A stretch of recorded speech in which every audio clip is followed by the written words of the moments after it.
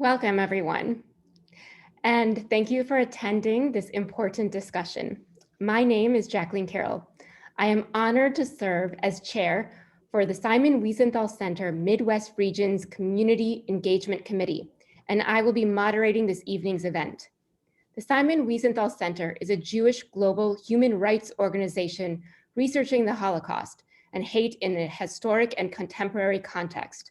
The center confronts anti-Semitism, hate, and terrorism, promotes human rights and dignity, stands with Israel, defends the safety of Jews worldwide, and teaches the lessons of the Holocaust for future generations.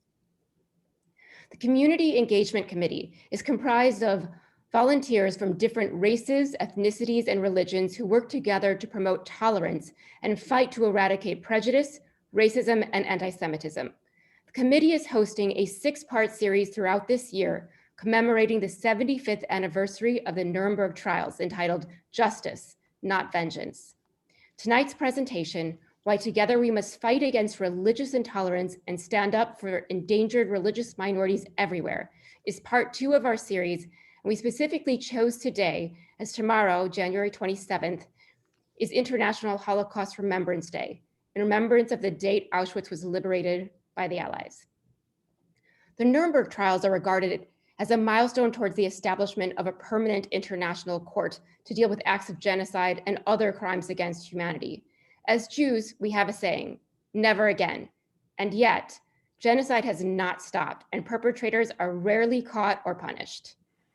Tonight, we have 3 extraordinary panelists, Juliana Taimoorazy, Reverend Johnny Moore, and Rabbi Abraham Cooper, who will discuss recent genocide and religious intolerance occurring around the world, especially in Iraq and Nigeria.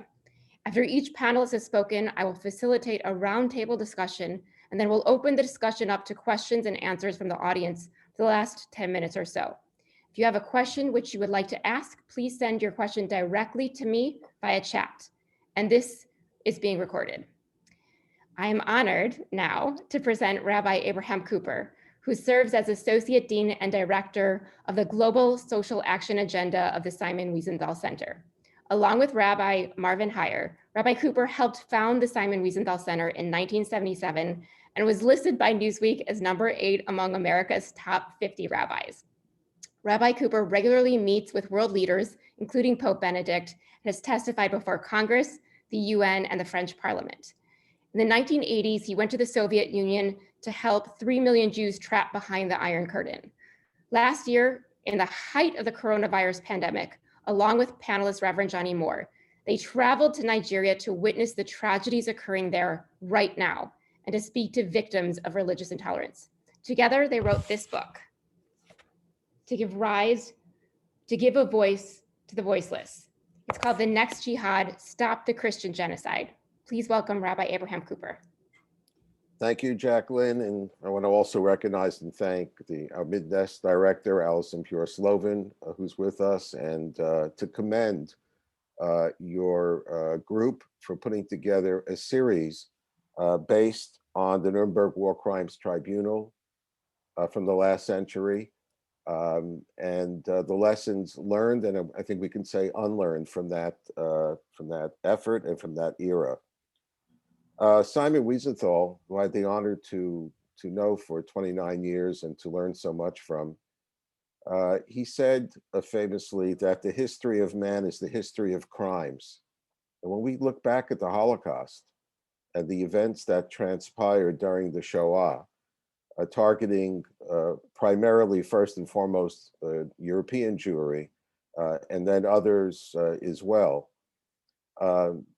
it's not just the number of people who were murdered, 6 million Jews, untold number of Roma, Gypsies, and millions of other innocent people, but that the Nazi mentality, its ideology, its worldview, its actions were all geared to destroy the very concepts, the very foundations of justice. And looking back now historically to Simon Wiesenthal's amazing personal history and a legacy that stretched till he was 96 years old, his main goal, besides being the unelected ambassador of 6 million Jewish ghosts, was to start the work of really rehabilitating the very basic concepts that undergird the term that we use, justice. Uh, I'm so honored that I happen to know a little bit better than most of you tonight's presenters. Juliana Tamruzi is not just talking about a historical event, something that happened hundreds or thousands of years ago. She's a frontline uh, person who's struggling to help her historic community survive into the 21st century. It remains an open question, and her brilliant and courageous leadership, I think, will inspire everyone. And to my partner in crime, Reverend Johnny Moore, a truly courageous voice, someone who I've always said, despite his youthful age, threatens to give a religion a good name, and also happens to be the youngest recipient of the Simon Wiesenthal Center's Medal of Valor, which he received some years ago for his amazing work in Iraq, helping endangered, trapped communities, Christian communities and Yazidis and others. It's really an honor to have known him and to call him my friend. But I'm still working up the courage to actually someday speak with his wife, who will never forgive me for making him come to Nigeria. And Reverend Moore and I have made sure that our wives have not yet spoken directly to each other. So I turn it back to you, Jacqueline. I look forward really to the group discussion and to the Q&A to try to put what we're going to hear about from these two brilliant and committed human rights heroes. How do we put that into context with tomorrow's remembrance of 6 million Jews murdered during the Shoah? Thank you, Rabbi. Juliana Taimoorazy is a leading international advocate, speaker, and writer advancing awareness of persecution of Christians in the Middle East. Born as an Assyrian Christian living in Iran, her parents smuggled her into Switzerland at age 16 to flee religious harassment. She later arrived in America as a refugee in search of religious freedom and the American dream. In 2007, Juliana founded the Iraqi Christian Relief Council to shine a light on the plight of Christians in her ancestral homeland and to raise funds to deliver food, shelter, and medicine to Iraq. The Iraqi Christian Relief Council has positively impacted the lives of hundreds of thousands of people, helping displaced Christians and other minorities throughout Iraq and refugees in neighboring countries.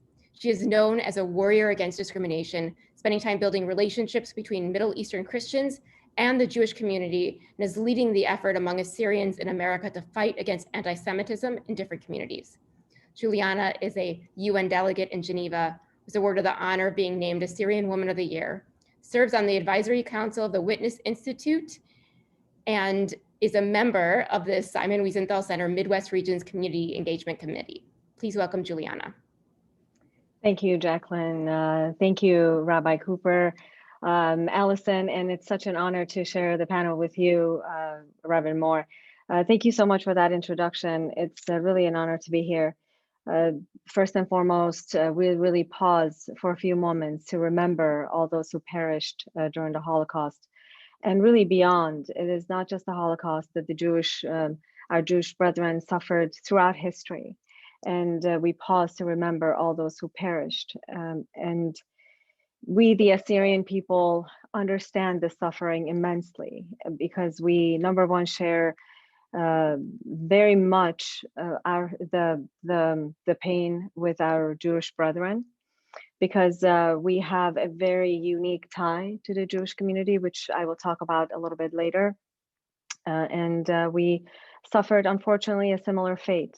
But I don't know how many of those who have tuned in are familiar with the Assyrian people. And if we can go to the first slide, I have a very small presentation that I've prepared that I'd like to go through quickly. The Assyrian people are historically, the ancestral homeland is northern Iraq, southern Turkey, and northeastern part of Syria. Our history is over 6,700 years old. Our language is called modern day Aramaic. Our script is called Syriac.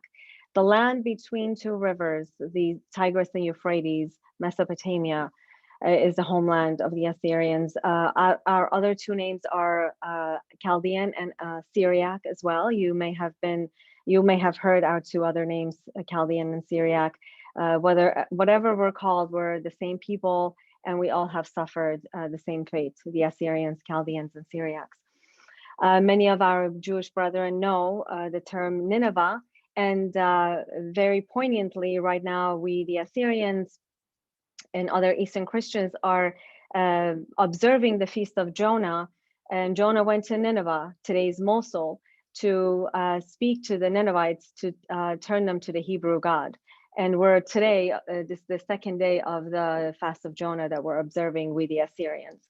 And Abraham was born in Ur, today's Nasiriyah, in southern part of Iraq. So Iraq, to me, is the second Holy Land. It's famous, really, for being the second Holy Land. The second slide will directly go to the persecution, and I'll talk about the persecution, what has happened. What you see here is the Arabic letter N, and I will explain what that is, but just briefly to tell you, we, the Assyrians, have come under persecution starting really 2,000 years ago when we converted to Christianity through St. Thomas the Apostle, when he came to Mesopotamia along with two of his disciples, St. Thaddeus and Bartholomew. Before he went to India, they established the Church of the East there. And we came under persecution since then. And then first under the Persian Empire, and then since the rise of Islam, we came under attack. Starting mid-1800s until today, it has been estimated that every 11 and a half years, so every generation really has come under persecution in today's Middle East or ancient Mesopotamia, if you will. Many of you know of the Armenian genocide. I don't know how many of you know that the Assyrians and Greeks and some Yazidis, and we will talk about the Yazidis as well, and some Yazidis have fallen to the sword of the Turkish genocide. The Turks have really unleashed their genocide against the Armenians, the Assyrians, and the Greeks. 2 out of 3 people of the Assyrian community fell victim to the Turkish genocide. My own family, 8 members of my family died due to the persecution of the Kurds and the Turks. But we will fast forward to 2003 with the invasion of Iraq. Al-Qaeda found its safe haven. They unleashed against the 1.5 million Assyrian, Chaldean, and Syriacs in Iraq. And today we only have about 125,000 people left. From 1.5 million in 2003, our community in our own ancestral homeland has been reduced to 125,000. What you see in front of you in 2014, Islamic State of Iraq and Syria marked our homes in Mosul, which is ancient Nineveh, with the Arabic letter N, standing for Nazarene. Those who follow Jesus of Nazareth, who are Christian, are called Nazarenes. And the Muslim neighbors gave up the Christians in the city of Mosul to the members of ISIS terrorist group. Much like when the Jews were marked with the Star of David, we were marked with the Arabic letter N. Whoever lived in these homes were either kidnapped, taken into sex slavery. They were either killed in front of their family members. If they were lucky, they were given 3 options: to convert to Islam, to pay the jizya, or to leave. If they were lucky, they left, or they were executed. The reports say they were actually crucified to their doors.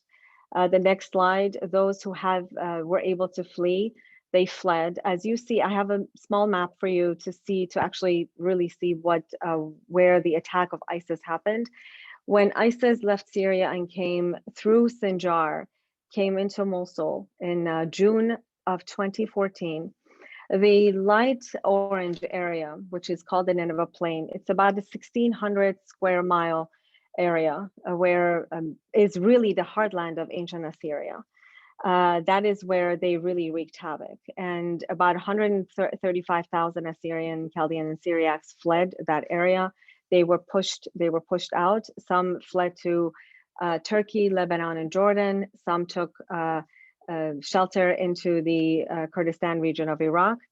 And that's where really a lot of the damage had happened. But then in late 2016 and 17, ISIS was pushed out. A lot of people say ISIS was destroyed. ISIS will never be destroyed. Islamic State is an ideology that will continue living in the hearts and minds of those who aspire to have it, to keep it. So we would say ISIS as an organization may have been dismantled. So, but when people fled, the next slide will show you, when people fled into the northern part, those actually are images of the Yazidis. Yazidis are a minority group in Iraq, indigenous people to Iraq, much like the Assyrians are. These are Christian and Yazidi women who were enslaved, sold in sex slavery. There are about 2,000 Yazidi women that are still unfortunately lost. There are about 50 Christian women that are still in slavery. We don't know where they are. The next slide will show you, as people fled ISIS, they walked on foot. Some drove. If they were lucky, they were not stopped by ISIS. If they were stopped by ISIS, their cars were taken, or they really fled with whatever was on their back. Many of them left their paperwork behind. They just took whatever they could overnight, my friends, overnight. They took whatever they could and they fled. So they see, many of them walked, and for weeks, many slept on church pews, in parks, in dormitories at the university, in classrooms. It was a disaster. This is in 2014, 2015. Then they moved into tents, then they moved into camps. Now, some of them have returned. About half of those people that had fled Nineveh Plain, out of those 130,000, have returned back, returning to rebuild their lives with a lot of help from the West. Not much from the Iraqi government, unfortunately, or from the Kurdish government. The West has been helping tremendously. The rest have fled to Lebanon, Turkey, and Jordan, living in terrible conditions as refugees. So I would like to really have them tell you their stories. There are two clips that we'd like to show you. Let them tell you their own story. So if we can show the two clips right now, so you can hear from one of the witnesses, and our own Rabbi Hire will talk to you briefly.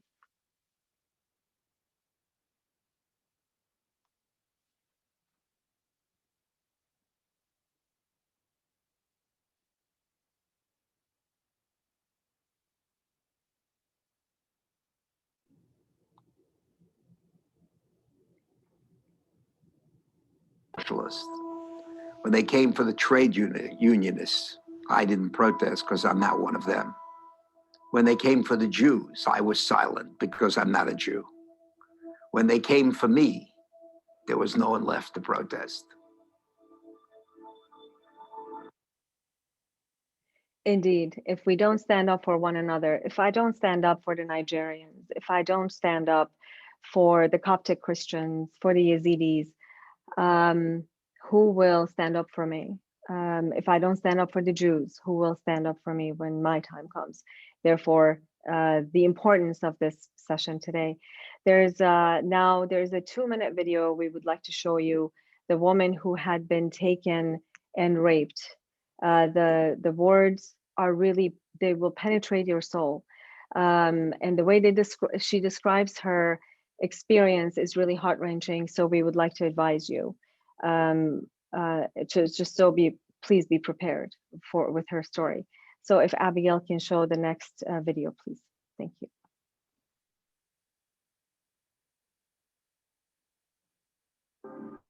One of the most terrifying things that is happening across the region in the Middle East is kidnapping of Christians, and it is especially horrifying for women.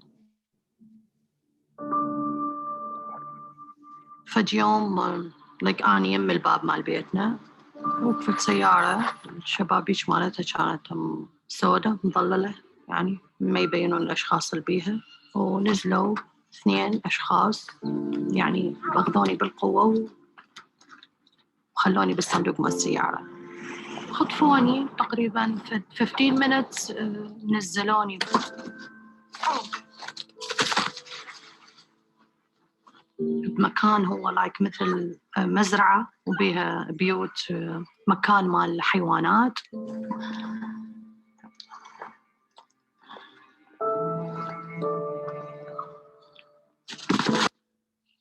دخلوني وشدوا ايدي ورجلي وخلوا بلاستر على حلقي.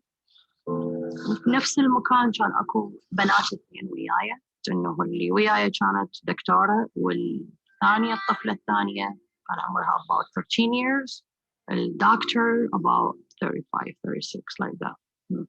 طبعا اول شغلة سووها بي انه شعري كان طويل زينوني 0 0 تعذيب. طبعا كانوا يضربونه يوميا whatever شنو يكون بيدهم.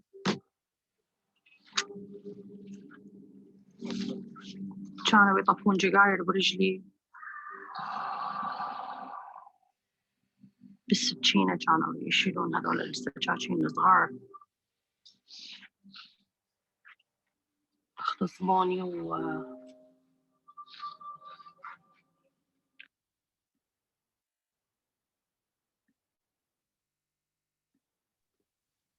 Thank you. Thank you for that. It's this is truly the experience of countless of women and children that have experienced this captivity in the hands of the radicals, and this is not segregated to the Assyrians. The Yazidis have been through this, the Nigerian Christians, the Coptic Christians. And this is why you our friends, being educated is of utmost importance. This is why we need you to speak up. We need you to be educated and spread the word among others, because not many, unfortunately, know about this.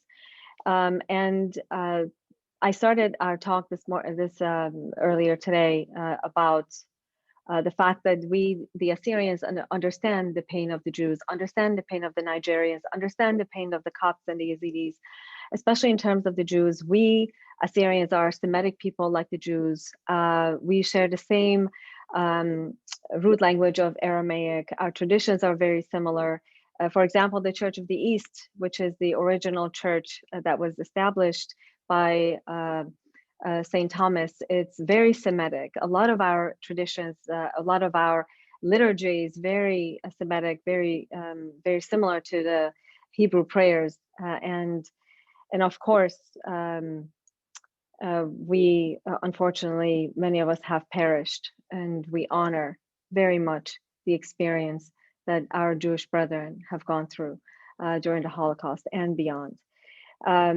As Jacqueline explained, I fight very hard to raise awareness within my own community and beyond, to fight and stand against anti-Semitism within the United States and really in the Middle East. I'm really looking forward to your questions. Your questions are of utmost importance to us activists, and we look forward to working with you all. Thank you so much, Jacqueline. Thank you.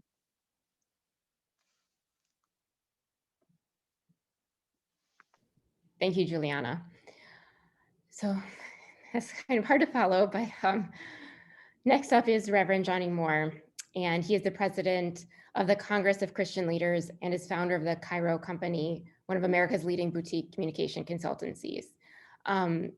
Reverend Moore has been named one of America's 25 most influential evangelicals and is the youngest recipient of the Simon Wiesenthal Center's Medal of Valor, as the rabbi had said earlier. He's a commissioner on the U.S. Commission for International Religious Freedom and the co-author of The Next Jihad. Please welcome Reverend Johnny Moore. Thank you, Jacqueline. And it's always an honor to be with my friend Juliana for a long time, my teacher, Rabbi Cooper, and the whole Wiesenthal Center community. When Juliana was talking, I mean, it brought back a flood of memories for me. Walking across those streets in Erbil back in 2014, right after Mosul had fell and people had fled from that whole area in northern Iraq. And sometime around that time, I actually changed my name on Twitter, and I added the Arabic in after my name. And it was like this trend that many people who are being advocates for these threatened Christian communities would say, while you're marking their houses, I just want to make sure that I'm marked too, because we're standing with all of them. And to this day, I still have that in, after my name. What you saw in the video there is doesn't even give it justice. I mean, it was unbelievable. I mean, there were people everywhere. I mean, they were sleeping on the streets and in unfinished buildings and in the courtyards of the churches, as Juliana said. And I remember meeting one nun late one evening, and she had fled along with groups of people, literally saving people to the very, very last moment. And I met her late at night in a random building in Erbil after she tended to the needs of people all day long, having barely survived ISIS herself. And she said to me, she said, "Johnny, I love America. It's an amazing country, extraordinary people." She said, "I have a PhD from an American university." And then she said, you take care of your pets so well. So when are you going to care for us? Why are you silent in the face of our genocide? And I must have thought about those words 1,000 times since then. I mean, and yet what I didn't realize was, while all of this was happening in Iraq and in Syria, in the year 2015, not long after ISIS was at its height, terrorists in northeast Nigeria killed more Christians than ISIS did in Iraq on the same year. And what struck me particularly a few moments ago was when Juliana said that her organization, Jacqueline said it, that Juliana's organization was founded in 2007. In 2007, ISIS, the height of their siege of northern Iraq and Syria was in 2014. It was pronounced enough 7 years before to demand the attention of the world. And yet the world largely ignored it until we started seeing on the evening news people being beheaded for their faith. I mean, and yet simultaneously in Nigeria, in another set of shadows in another corner of the world, similar terrorists were doing similar things. And here we are now in 2021, and most Christians that will be killed for their faith in the world this year will be killed in one country, and the country is Nigeria. And yet it was going on back then. And when Rabbi Cooper said to me more than a year ago now, it's amazing to think it's been almost a year since we were in Nigeria. He said, we have to go to Nigeria. We've got to go to Nigeria. And somehow, it was indicative of our, the timing of our gathering here this evening to remember three things: to remember the Holocaust, to remember the suffering people in Iraq and Syria, and to remember the suffering people in Nigeria. It was Rabbi Cooper, a Jewish rabbi at the Simon Wiesenthal Center, who said, we must pay attention to what's happening to these communities in Nigeria, as it was the Simon Wiesenthal Center, which was the first organization of any kind to say that there was a genocide happening in Iraq and Syria in 2014. Now, when we went to Nigeria, we went with two goals in mind. The first goal was to essentially have a fact-finding mission, to assess the causes and the reasons for all of this, how severe it actually was, to draw, to understand the facts, because it's important that you talk about the facts when you're working on these issues. Not the opinions of people or propaganda that goes around the internet. You want to know the facts. But our second mission was the most important mission, which was to sit down and to hear the stories of individual victims, to listen to them tell their personal experiences. And day after day, we heard from victim after victim with some of the most horrific stories I've ever heard in my life. And while I believe the Holocaust, the Shoah, is a singular event in history, unfortunately, the hate that drove the Holocaust and the tactics utilized in the Holocaust have been repeated by evil actors in various forms on various scales preceding the Holocaust and since the Holocaust. And so can you imagine what it was like to sit with a young woman who had just literally been freed of her captors tell us that it was Christmas last year, she was on a road to visit family. A few kilometers after a checkpoint, a government checkpoint, a few kilometers after a government checkpoint, she was pulled over on the side of the road by a terrorist checkpoint. The terrorist asked for the religious identity of the people in the car. They let the Muslims in the car free. They killed the Christian men on the spot, and they kidnapped this young Christian woman. And she explained to us in vivid detail her experience until she was freed, which is an extraordinary story. And her story is the story of thousands and thousands of people whose names will never be known, whose stories will never be told to people like Rabbi Cooper and myself and Juliana, suffering in the shadows. And our first obligation on days like tomorrow, or in the causes that we're all working on, as we try to draw awareness and try to make change in the world, is to tell the stories of those who are affected by it. And we hope that those stories will move people to act. And unfortunately, there are thousands and thousands of stories, not old stories, but new stories happening right now in the world that we're living in. And it's a real tragedy, but a lot of those stories are coming from the largest secular democracy on the continent of Africa, one of the largest democracies in the world, Nigeria. Thank you.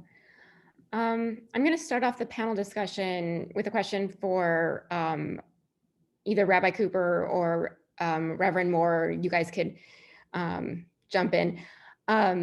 Based on what I read in your book, the Nigerian government and the media have represented that the violent clashes in that middle belt of Nigeria is an issue of herders moving from the north to the south because of climate change and clashing with farmers because of scarce resources. Now, you state in your book that it is a false narrative and denies the religious element of the crisis. Can you please explain why this is an issue of religion and not just an issue of resources? Reverend, I'll let you answer the question. Well, this was one of the major reasons that we went, because when you would talk about what was happening in Nigeria, which I should also say is an extraordinary country, a country we love, a country filled with really unbelievable people, and a critical ally of the United States of America, a huge democratic country. And yet there was this sort of strange phenomenon that every time you brought up the human rights issues taking place, especially affecting the religious minorities in the country, there would be all these excuses for why it was happening, but no one was talking about solving it, but they would talk about the excuses. So this has nothing to do with religion. It's about farmers and herders, or, or climate change, as you mentioned, or, just poverty, or there were 1,000 reasons, but it wasn't okay to talk about the religious component. And yet, to deny that those factors don't exist would also be false. All those factors play a role in what's happening in Nigeria. But to say that there's no religious component to the conflict, is just incredulous. I mean, when you have terrorists, kidnapping people and separating them, on the basis of their religion, and killing one group and letting the other group free, or you have people raiding villages, with speaking religious phrases as they're raiding the villages, demonstrating a certain superiority of their religion that gives them permission to do to those communities what happened to communities in Iraq and Syria. It is just beyond comprehension to not acknowledge that religion is a component of this conflict. By the way, Rabbi Cooper, I think, will agree with me. We think religion is also a solution to the conflict. We think having the right type of religious actors, involved in the conversation. It's one of the reasons why when we went there, we made it a point to meet with Islamic leaders and Christian leaders. And we met some extraordinary Islamic leaders that are,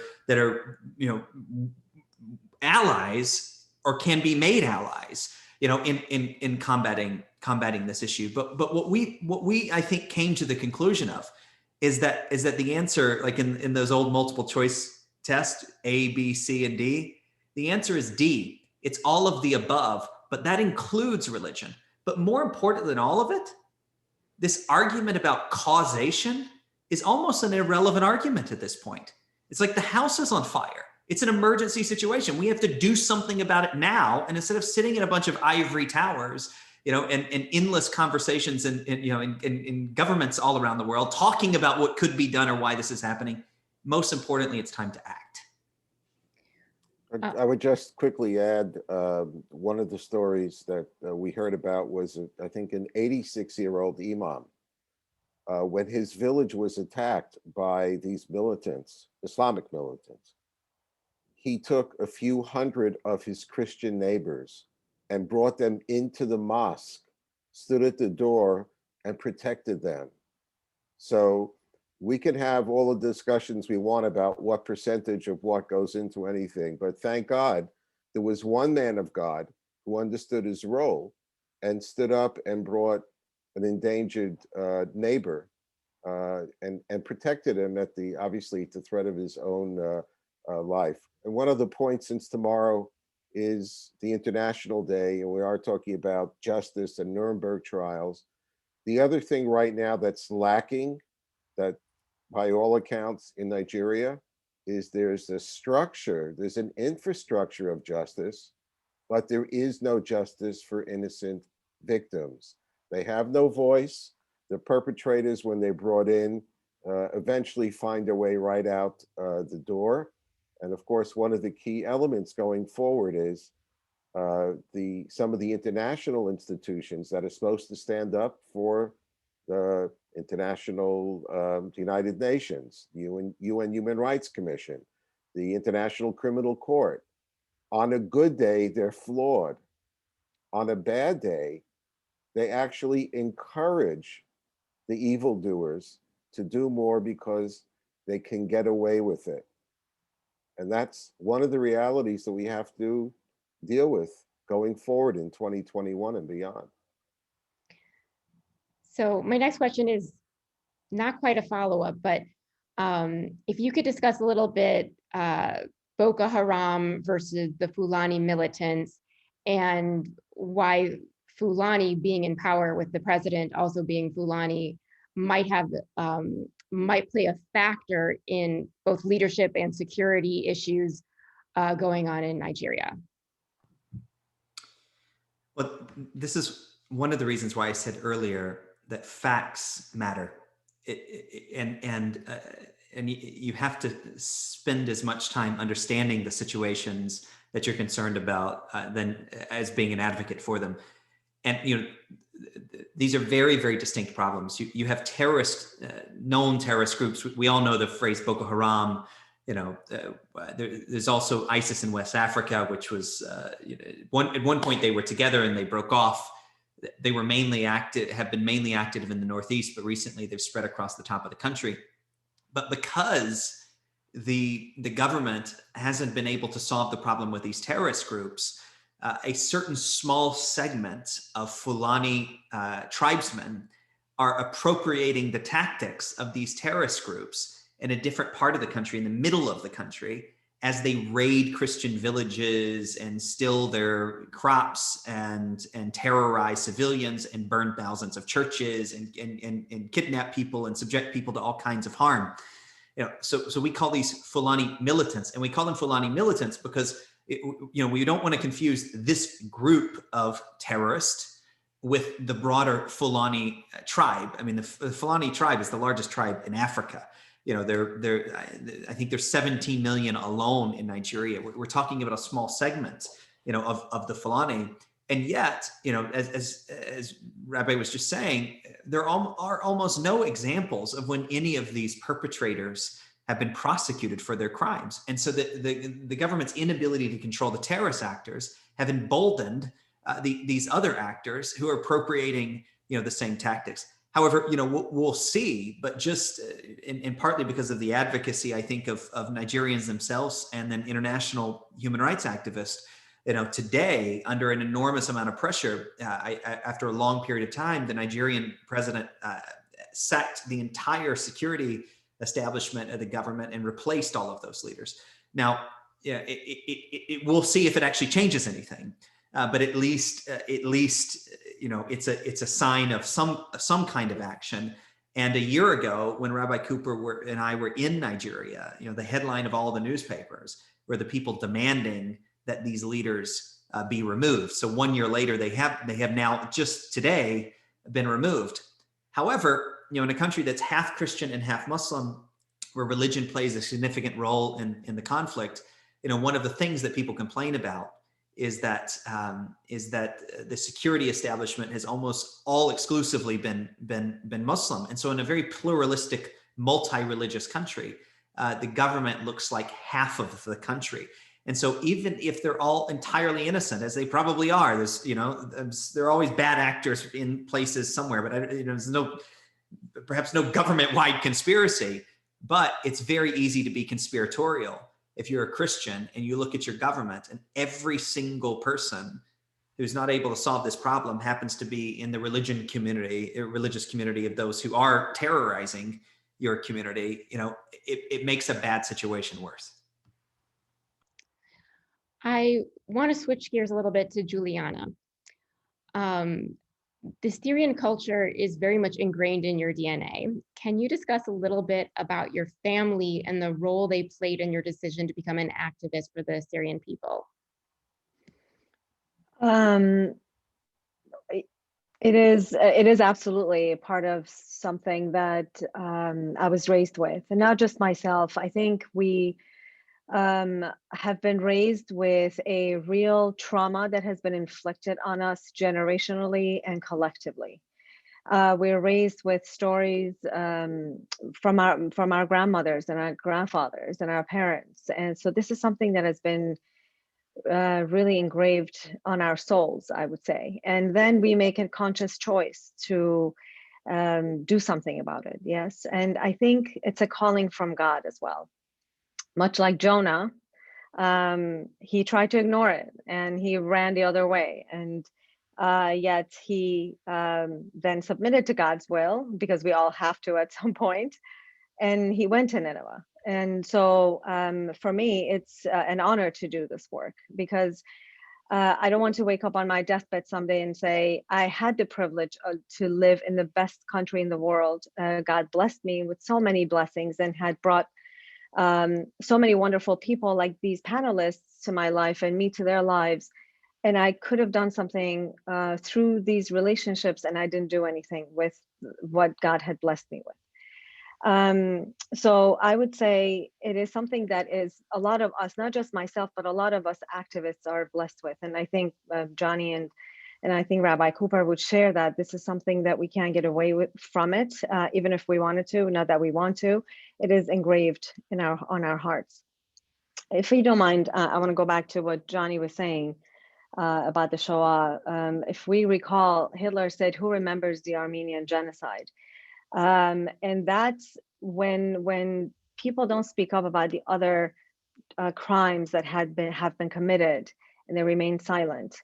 The future criminals think they can get away with it, and therefore Hitler perpetrated the heinous crimes that he did upon millions and millions. And what Rabbi Cooper said reminds me of a sheikh that had come to Chicago and requested to meet with me. He said, Iraq is like a flower, and Iraqi Christians are the scent of the flower. Please do not leave Iraq, because when you leave Iraq, you are destroying the fiber of what Iraq, the mosaic that once Iraq was. So, and when we say Muslims have destroyed the fiber of our community, there have been many who have tried to protect us as well. But the number of those who are speaking up for us, unfortunately, is not a lot, but we have to find those that will stand with us, that will speak with us. So we have to build those relationships with the leadership that is brave enough to stand, to stick their neck out, if you will, to stand in solidarity with us Christians and with the Jews.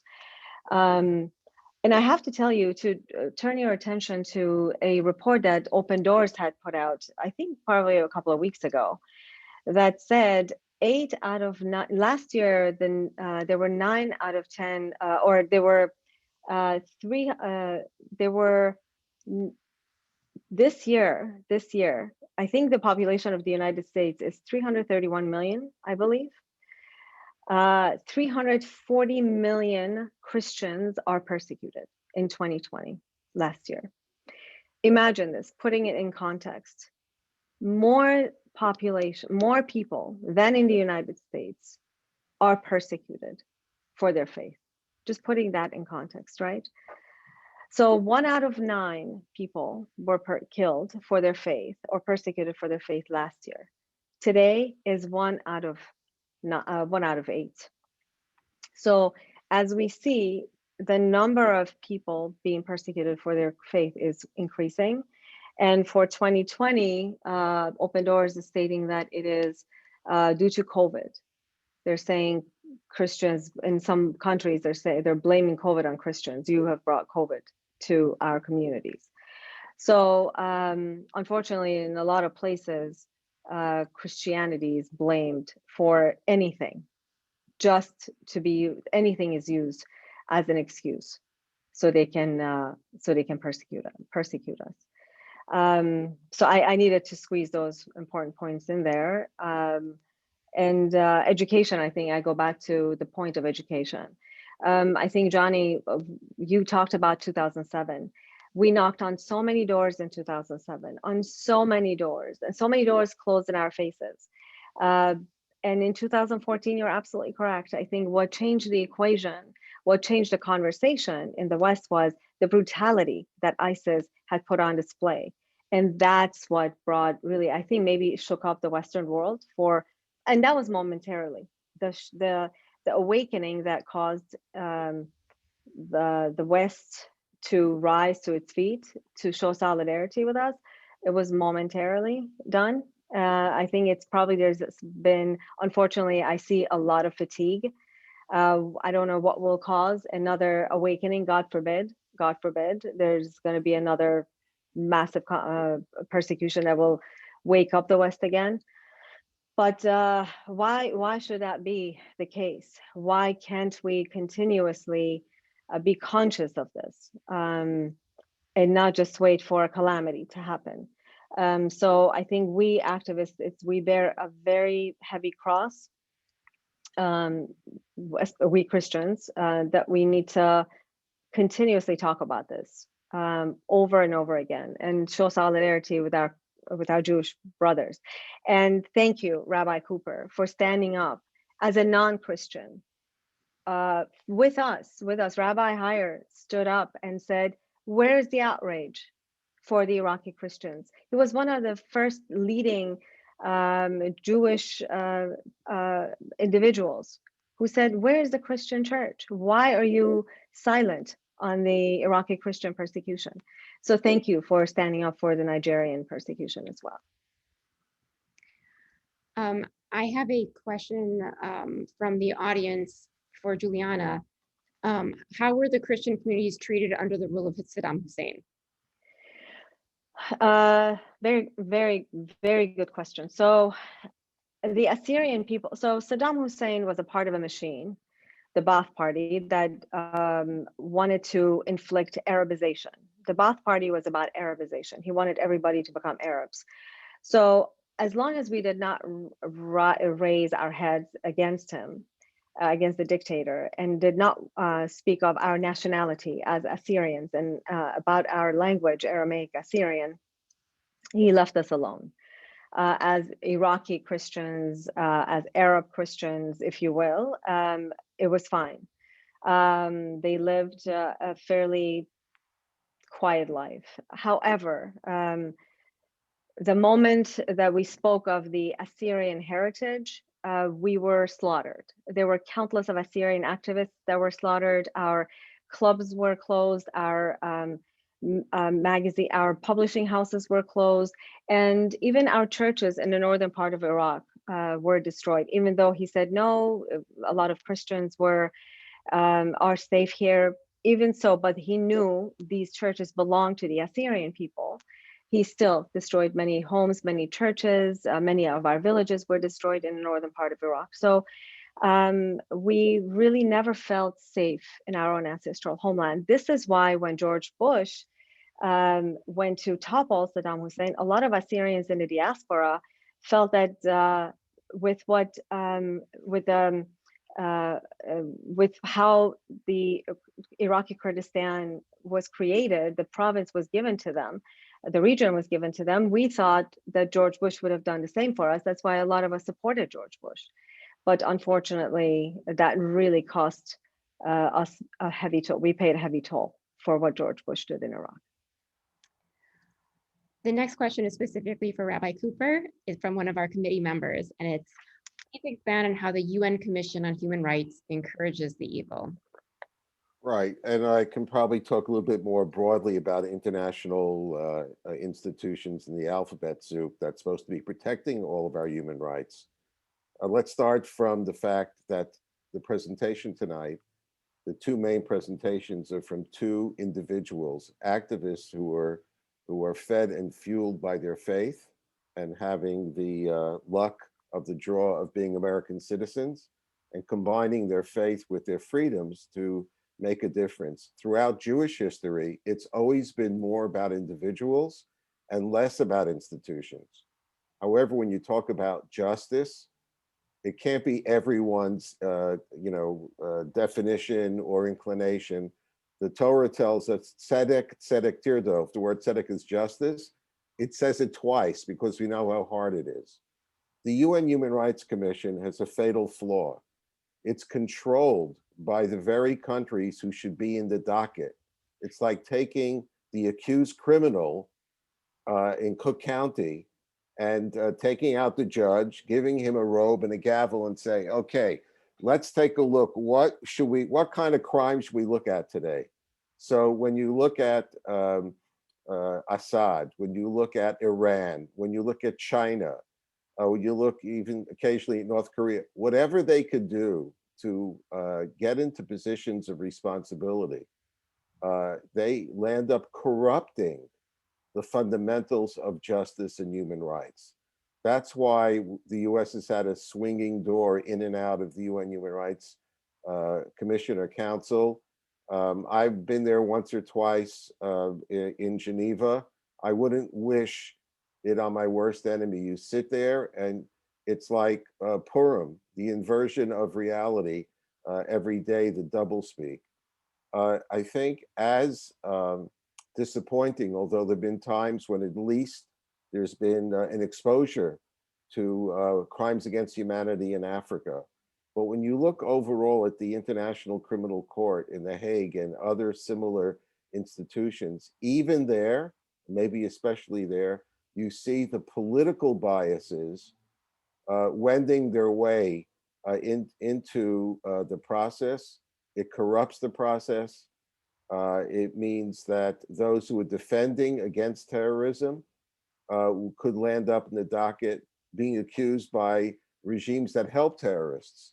So I guess the only thing worse than a lack of a judicial system is a corrupt one. And unfortunately, we find, doesn't have to be that way, but right now the reality check is that the very institutions, after all, the UN was created in response to what the Nazis were doing.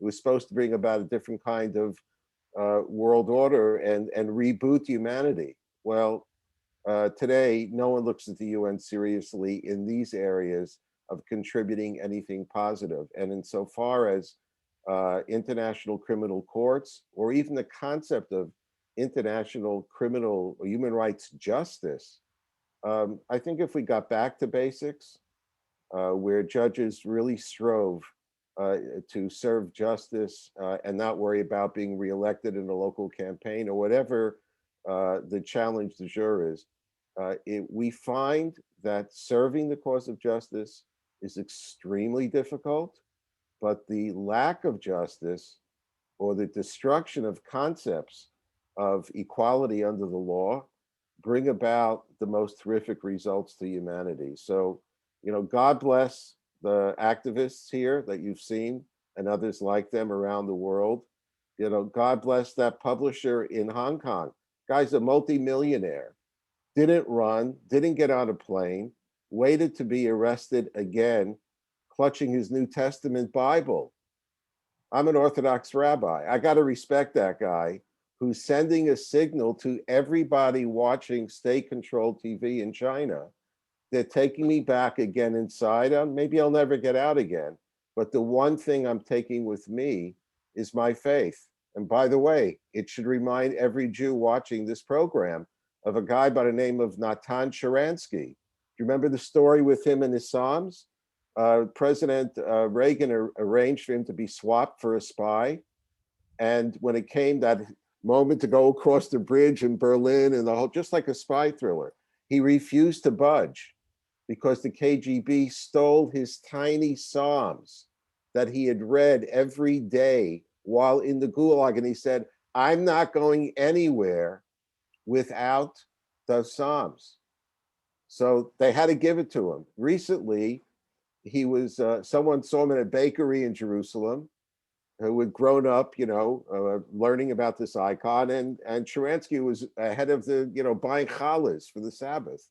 And he went over to him and he said, you know, that story I heard about how you carried the Psalms everywhere you go. And Sharansky went into his pocket, pulled out the Psalms and said, you've got it wrong. It's not me who carried the Psalms.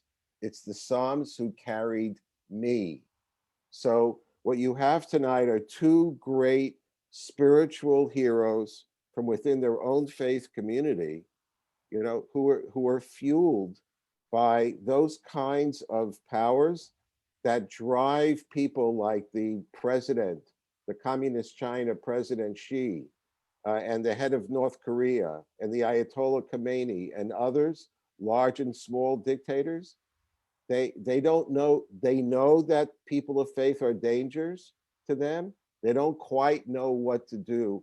How do they extinguish that flame? And with God's help, it'll never get extinguished. So I know it's 6:30, but I have one last question that I want to ask all of the panelists individually. And that is, you state in your, well, you both say in your book that action, not advocacy, is needed to save lives. What do you mean by that? And what can each of us that are watching this presentation do? What can we do to help?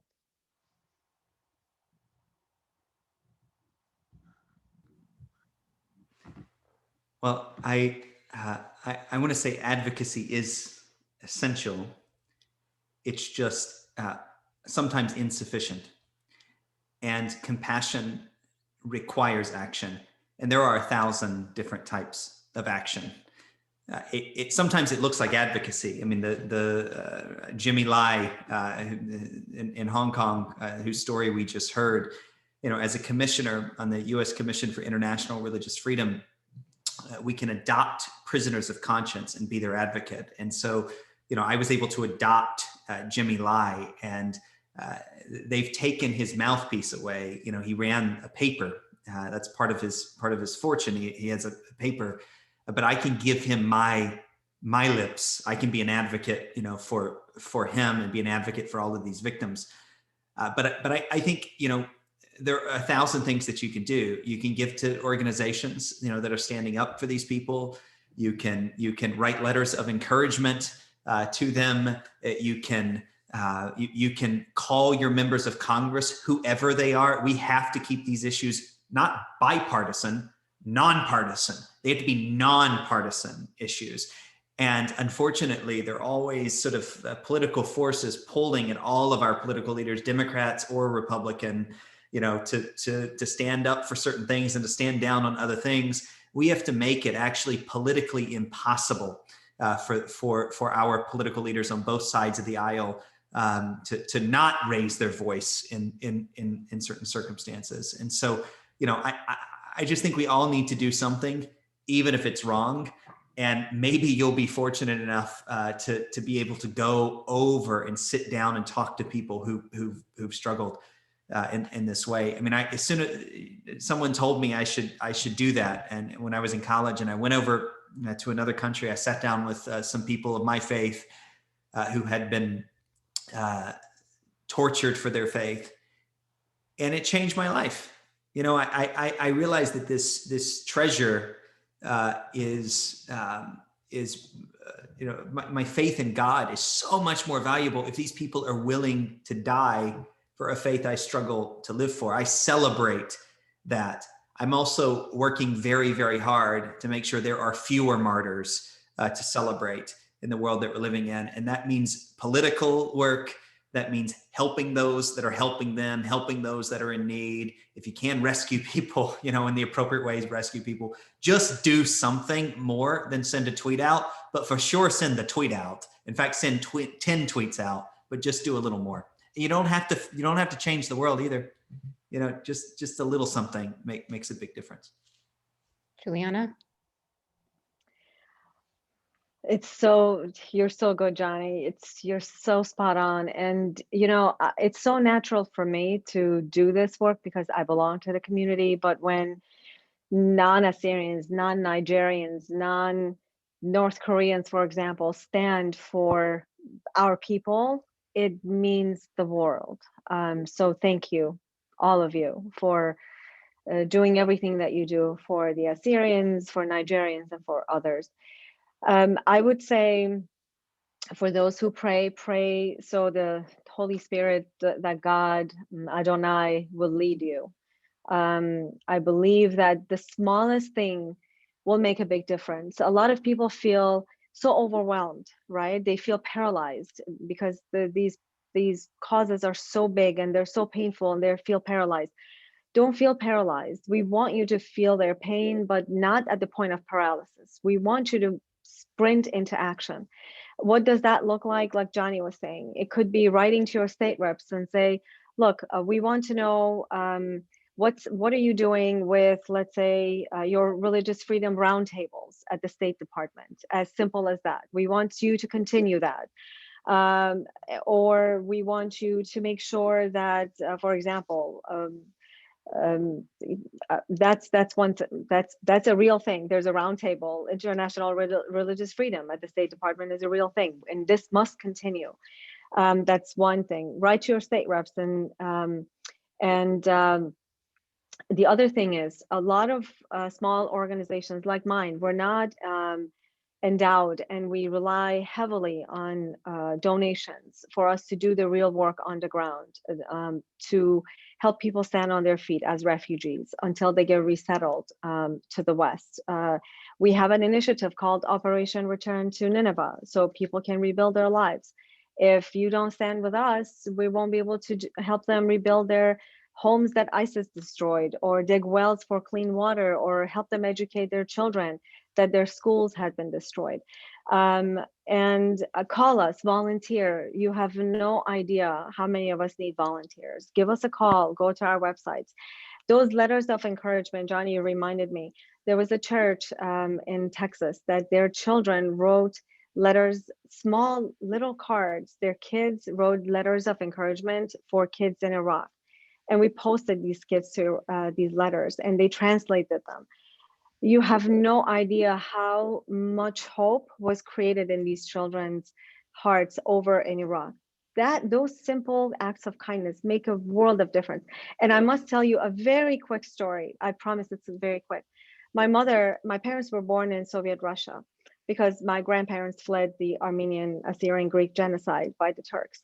And my mother, as age 10, her father was sent into a gulag camp, and she was sent into exile to Iran, and that's why I was born in Iran.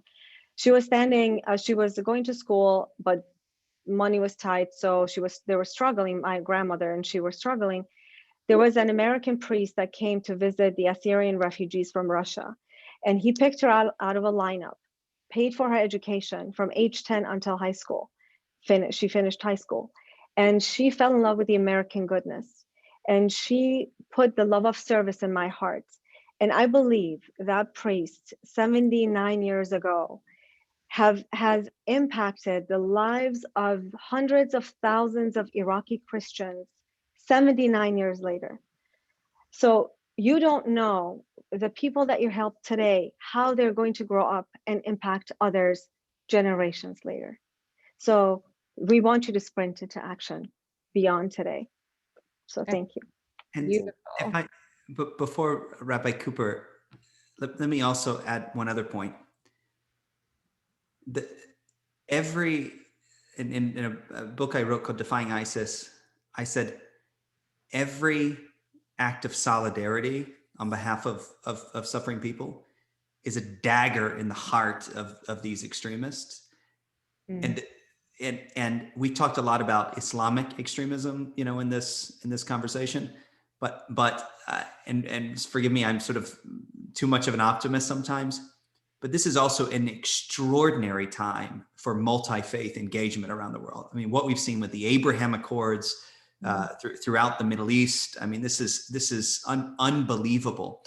And the momentum in many ways is going in the right direction. And sometimes the best thing that we can do is do what we're doing tonight and stand arm in arm and go to the Muslims in your community and the Christians in your community and the synagogues in your community and as a multi-faith alliance. We need to show how the best of faith is the solution to this degrading, defiling of religion, that these terrorists employ all around the world as well. And then Rabbi.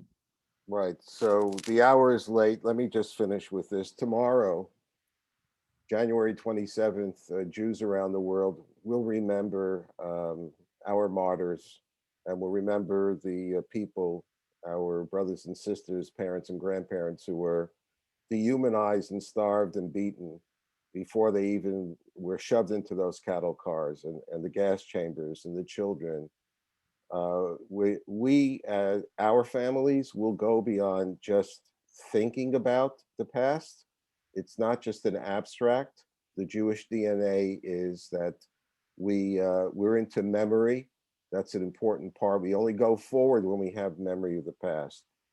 That also means that tomorrow, Jews around the world will also count their blessings of how lucky they are that there is a thriving Jewish state of Israel, now with over 9 million citizens, strong enough to make peace with neighbors and to stand up to bullies and to enemies.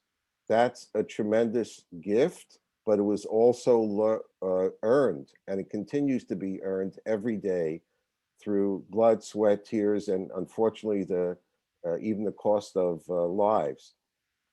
And here in the States, we have to deal with the fact that 62% of all hate crimes in our country in 2019 targeted 2% of the population, us, American Jews. 62% of all, means all the other groups put together didn't come to the number of attacks and the arsons and the attacks, and didn't stop despite COVID during this past year as well. So, where do we go forward? Do we have enough within us to take care of our own, but also look behind the end of our own important concerns? So for that, we go back again to our rabbis. And I think many tens of millions of people, and not Jews, even know it, right? Famous saying, "Im ein ani li mili," if I'm not for myself, who am I going to be for? That's our first instinct, and it's a proper one as parents, as members of a family in a community. If you don't look after yourself and your own, then then who am I? What am I? I have no identity. But if I'm only for myself, then ma'ani, where's my humanity? And this, I think, comes to the core. Once upon a time, everyone would say, oh, everyone believes in that. I'm not sure about that anymore. We believe that every human being has a unique contribution to make to society, believe it or not only on social media, but in the real world. So when we get past this pandemic, we can shut off the damn thing for a few hours a day. That's really, I think, what both Juliana and Johnny were really focusing in on, is that we individually, whether we're business people, whether we're our politicians, whether we're stay-at-home moms, every one of us is creative. We know how to deal. We've taught ourselves how to deal with problems. And we need to look beyond ourselves. The Jewish people will never solve and defeat anti-Semitism alone. We need our neighbors, and we need allies. That doesn't come automatically. As Mr. Wiesenthal said, freedom is not a gift from heaven. It has to be fought for and earned every day. Thank you, Rabbi. Thank you so much, Rabbi Cooper, Reverend Moore, Juliana Tamarazzi. On behalf of the Simon Wiesenthal Center Midwest Region's Community Engagement Committee, I am so honored to have been able to moderate this. Thank you, Allison, our fearless leader, and to all the committee members. And thank you for everyone who's attended. And I hope everyone has a very safe night, a healthy night, and we'll see you in a couple months for our next discussion. So thank you. God bless. God bless. Thank you. God bless you.